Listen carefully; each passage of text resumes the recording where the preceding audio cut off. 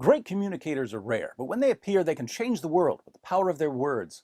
I'm referring to people like Patrick Henry, give me liberty or give me death. Franklin Delano Roosevelt, the only thing we have to fear is fear itself. John F. Kennedy, ask not what your country can do for you, ask what you can do for your country. Martin Luther King Jr., I have a dream. Barack Obama, if you like your current insurance, you keep that insurance, period. At the opposite end of the spectrum, we have horrible communicators, people who can't get a point across no matter how hard they try, people who are constantly misunderstood because their message is so incredibly unclear and incoherent. If they somehow manage to inspire others to take action, it's very often the wrong action because no one understands what they've been called to do. According to my Muslim friends, the worst communicator in all of history is Allah, which is odd because throughout the Quran, Allah brags about how clear his commands are. Of course, my Muslim friends don't come right out and say Allah is the worst communicator ever, but they show they believe this by relentlessly insisting that Allah rarely means what he says and that he frequently means the exact opposite of what he says.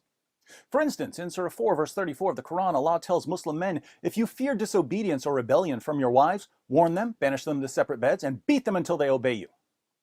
What does Allah mean by beat them? Well, my Muslim friends assure me that when Allah says, beat them, he only means tap them lightly on the shoulder with a toothbrush as a symbol of your displeasure.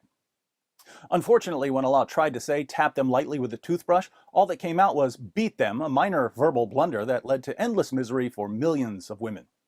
In Surah 5, verse 51, Allah commands Muslims, do not take the Jews and the Christians for friends, they are friends of each other. But when he says don't take them for friends, he actually means make as many Jewish and Christian friends as possible because Islam is a religion of interfaith harmony.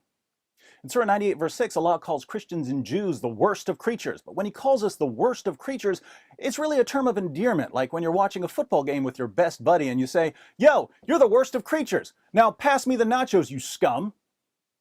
Surah 9, verse 5, Allah declares, when the sacred months have passed, slay the idolaters wherever you find them. But slay, in Allah's bizarre terminology, means hug.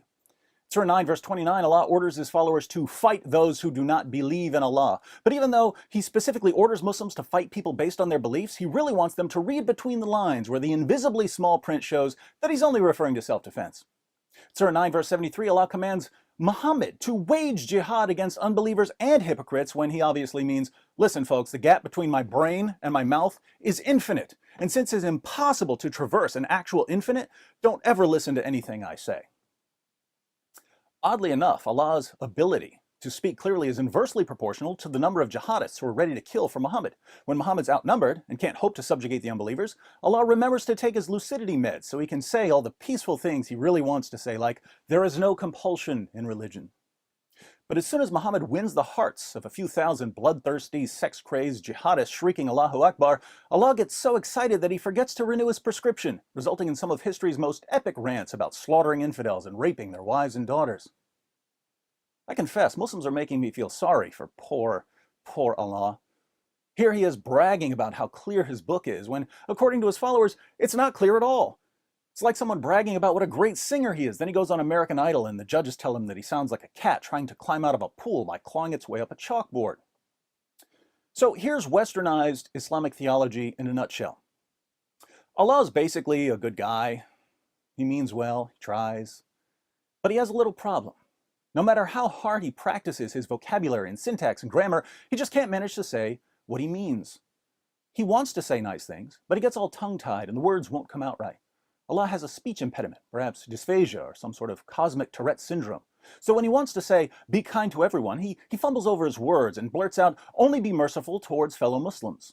He tries desperately to say, live in peace whenever possible, but his vocal cords malfunction, and all that comes out is, be not weary and faint-hearted, crying for peace when you should be uppermost. He spends all eternity trying to put together the simple sentence, I love everyone. But when it's time to put his mouth where his heart is, his disability kicks in, neurons misfire, and the bridge between mouth and heart collapses, leaving us with, Allah does not love the unbelievers.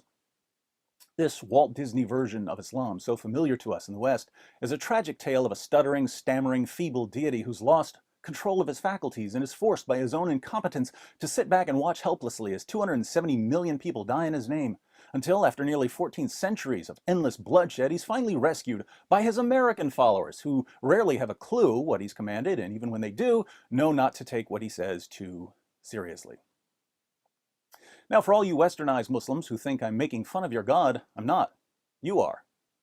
When you tell me to believe in a God who claims to be perfectly clear in his commands, and then you spend the rest of your conversation telling me what he really means but can't manage to say, it's like you're telling me that Allah has some serious mental health issues. And weird questions start popping into my head like, where did Allah get these mental health issues? Are they genetic? Were his parents first cousins who also couldn't say what they meant but constantly bragged about being perfectly clear?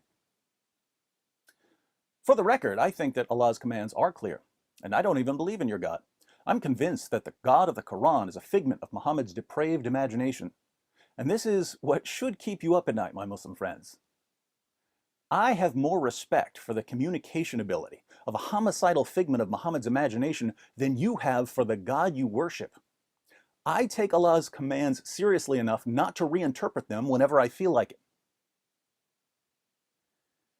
But if you, the people we're told daily are the true Muslims, don't have even this basic level of respect for Allah, why should the rest of us care what he says?